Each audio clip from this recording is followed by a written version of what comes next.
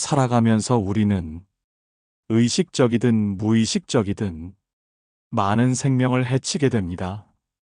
요리를 할 때, 집을 청소할 때, 심지어 길을 걸을 때도 작은 생명들이 우리 발 밑에서 생을 마감하곤 합니다. 에이, 그 정도야. 어쩔 수 없는 일 아닌가? 나도 모르게 한 일인데. 무슨 죄가 있겠어? 많은 분들이 이렇게 생각하실지도 모릅니다.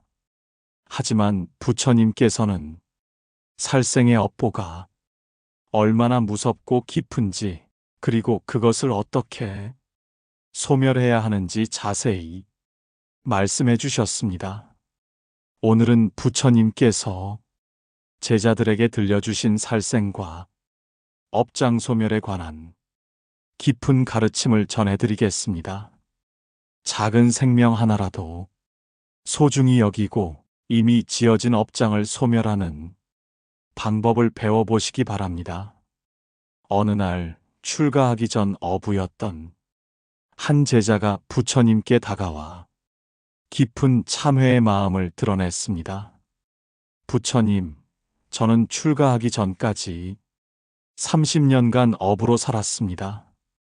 수많은 물고기들을 잡아 죽였는데 지금 생각해보니 그 업보가 너무 두렵습니다.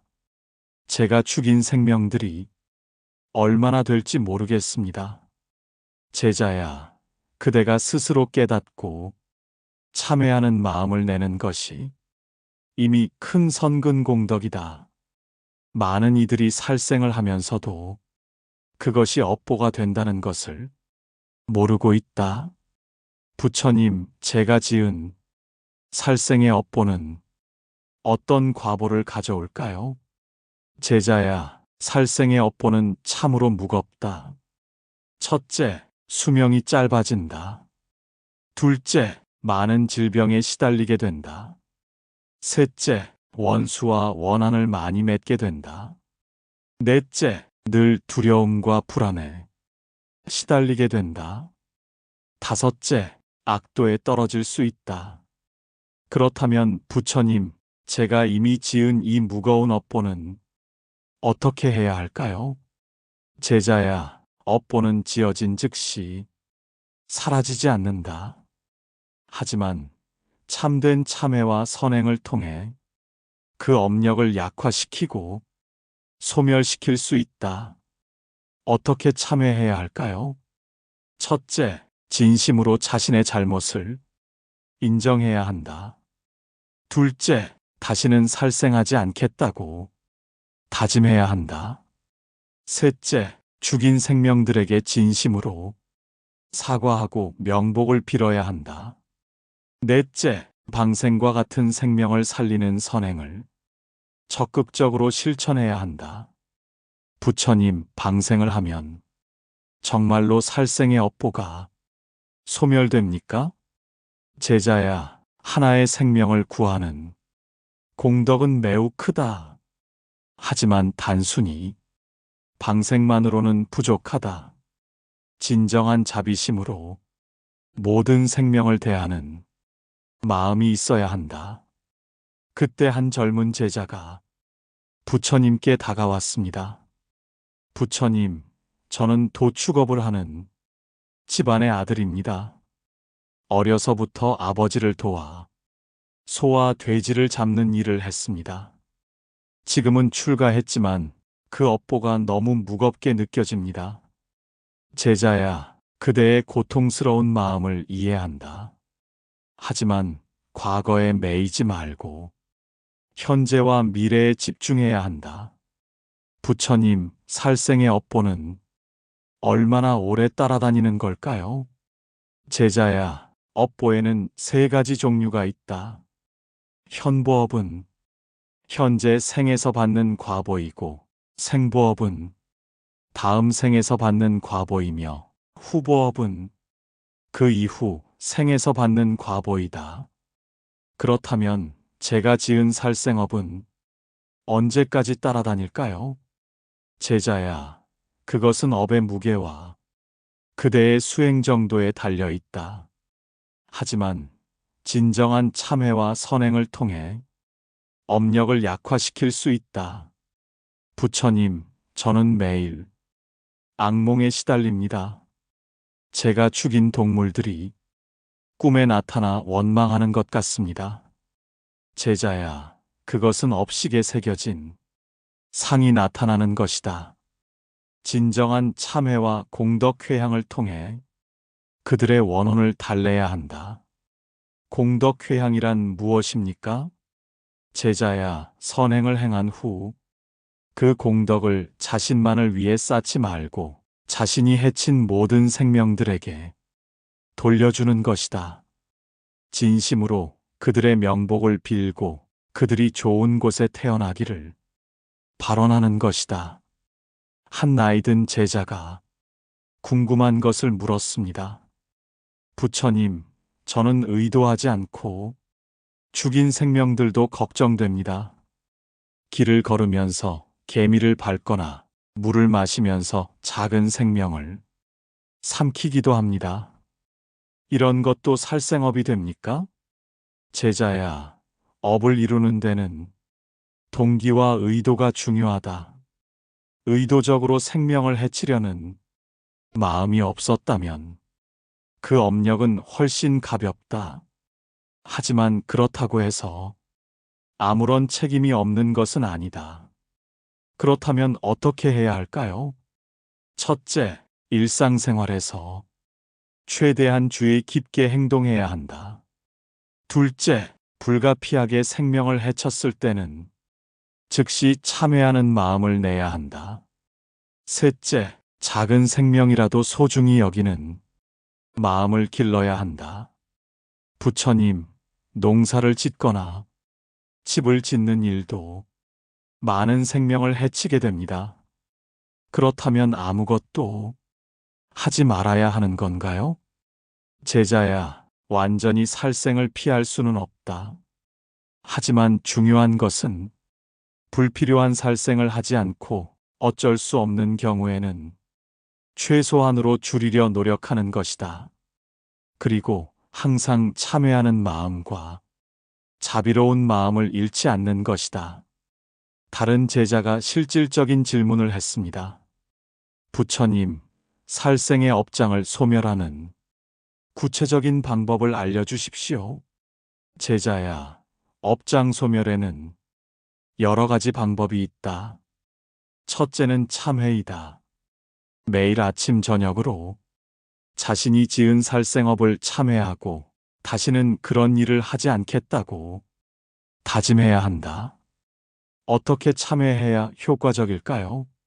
마음 깊은 곳에서 우러나오는 진정한 뉘우침이 있어야 한다. 형식적인 참회가 아니라 정말로 잘못했다는 마음으로 눈물을 흘릴 정도가 되어야 한다. 두 번째 방법은 무엇입니까? 방생이다. 죽음의 위험에 처한 생명들을 구해주는 것이다.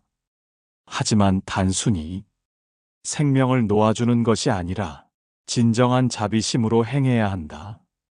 어떤 마음으로 방생해야 할까요? 모든 생명이 자신과 같이 소중하다는 마음으로 해야 한다. 그리고 그 생명들이 고통에서 벗어나 행복하기를 진심으로 바라는 마음이어야 한다.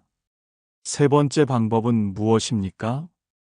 불보살님께 기도하고 경전을 독송하는 것이다. 특히 지장보살님께 간절히 기도하면 업장 소멸에 큰 도움이 된다. 어떤 경전을 읽어야 할까요?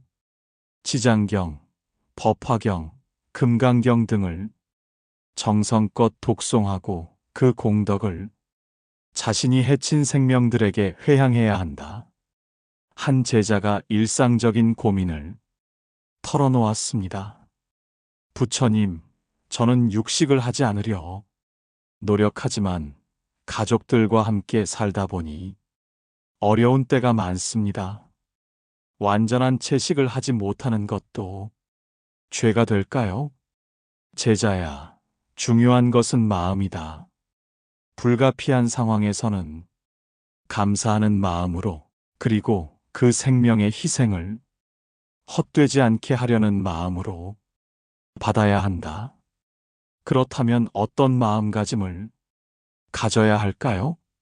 첫째, 그 생명에게 감사하는 마음을 가져야 한다. 둘째, 그 생명이 좋은 곳에 태어나기를 발원해야 한다.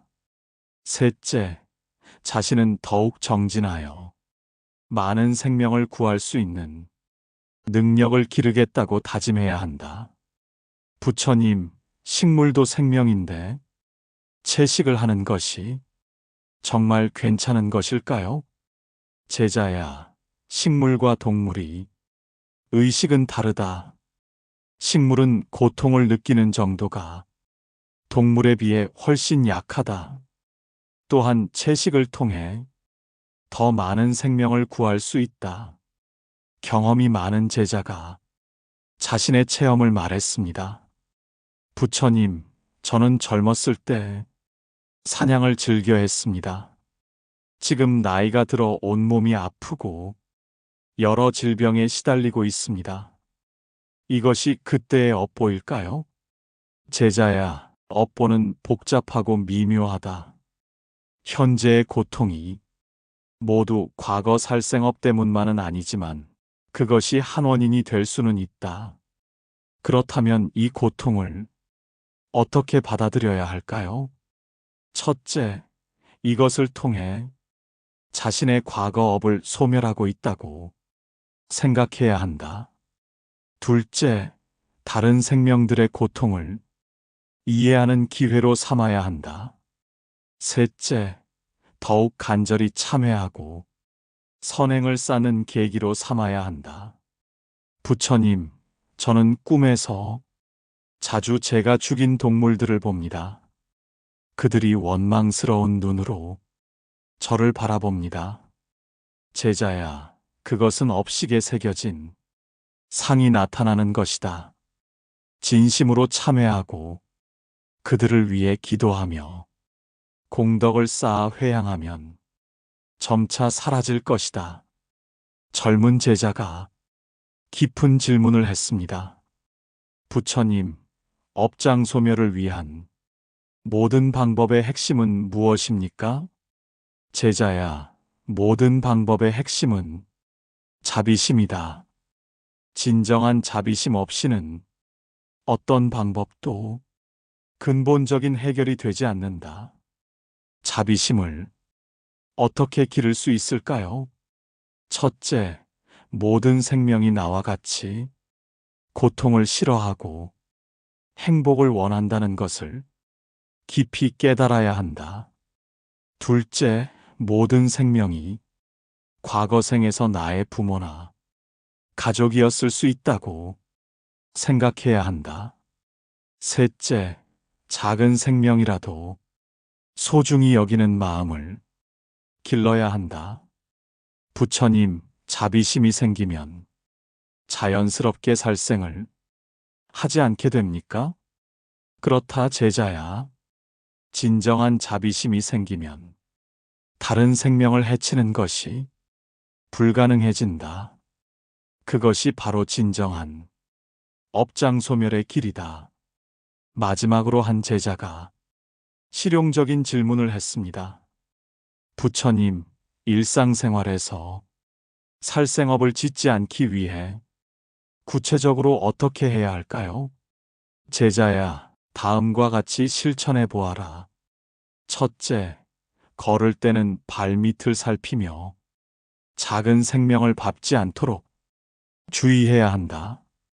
둘째, 물을 마실 때는 미리 걸러서 작은 생명이 들어있지 않도록 해야 한다. 그 외에는 어떤 것들이 있을까요? 셋째, 집 안팎을 청소할 때 살충제 대신 다른 방법을 사용해야 한다. 넷째, 음식은 가능한 한 채식 위주로 하되 불가피할 때는 감사하는 마음으로 받아야 한다. 다섯째, 옷이나 생활용품을 살 때도 동물의 희생이 적은 것을 선택해야 한다. 이런 생활이 처음에는 불편할 것 같습니다. 제자야, 처음에는 그럴 수 있다. 하지만 점차 습관이 되면 자연스러워진다. 무엇보다 이런 삶을 통해 마음이 더욱 맑고 평안해진다. 부처님, 만약 실수로 생명을 해쳤을 때는 어떻게 해야 합니까? 즉시 참회하는 마음을 내고 그 생명을 위해 기도해야 한다. 그리고 앞으로 더욱 조심하겠다고 다짐해야 한다. 완전한 실수라면 그 업력은 훨씬 가볍다. 감사합니다, 부처님. 이제 어떻게 살아야 할지 길이 보입니다. 제자야, 가장 중요한 것은 실천이다. 아는 것만으로는 부족하고 실제로 자비로운 마음으로 살아가야 한다. 그것이 바로 진정한 업장 소멸의 길이다. 부처님께서는 살생의 업보가 얼마나 무섭고 오래 지속되는지 명확히 말씀해 주셨습니다. 하지만 동시에 그 업장을 소멸할 수 있는 자비로운 방법들도 가르쳐 주셨습니다. 진정한 참회, 적극적인 방생, 경전 독송과 기도, 그리고 무엇보다 모든 생명을 소중히 여기는 자비심. 이것들이 바로 우리가 실천해야 할 업장 소멸의 길입니다. 과거에 지은 살생업 때문에 절망할 필요는 없습니다. 부처님께서 가르쳐 주신 방법대로 진심으로 참회하고 선행을 쌓으면 그 무거운 업장도 점차 가벼워질 것입니다. 지금부터라도 작은 생명 하나까지 소중히 여기는 마음을 가져보시기 바랍니다. 길을 걸을 때는 발밑에 개미를 살피고 음식을 드실 때는 그 생명의 희생에 감사하며 가능한 한 생명을 해치지 않는 삶을 살아가시기 바랍니다. 그리고 이미 지어진 업장에 대해서는 매일 진심으로 참회하고 방생과 같은 생명 살리는 일에 적극 참여하시기 바랍니다. 부처님께서 말씀하신 대로 진정한 자비심만이 모든 업장을 소멸시키는 근본적인 열쇠입니다. 오늘부터 모든 생명을 나와 같이 소중한 존재로 여기는 마음을 기르시기 바랍니다. 그것이 바로 부처님께서 우리에게 주신 가장 큰 선물이자 진정한 해탈에 이르는 길입니다. 작은 실천 하나하나가 모여 공덕이 되고 그것이 우리의 업장을 소멸시켜 줄 것입니다. 모든 분들께서 자비로운 마음으로 하루하루를 살아가시기를 간절히 기원합니다. 다음 시간에도 부처님의 소중한 가르침으로 다시 찾아뵙겠습니다. 모든 생명이 고통에서 벗어나 진정한 행복을 얻기를 발언하며 오늘 말씀을 마치겠습니다. 나무 아미타불 관세음보살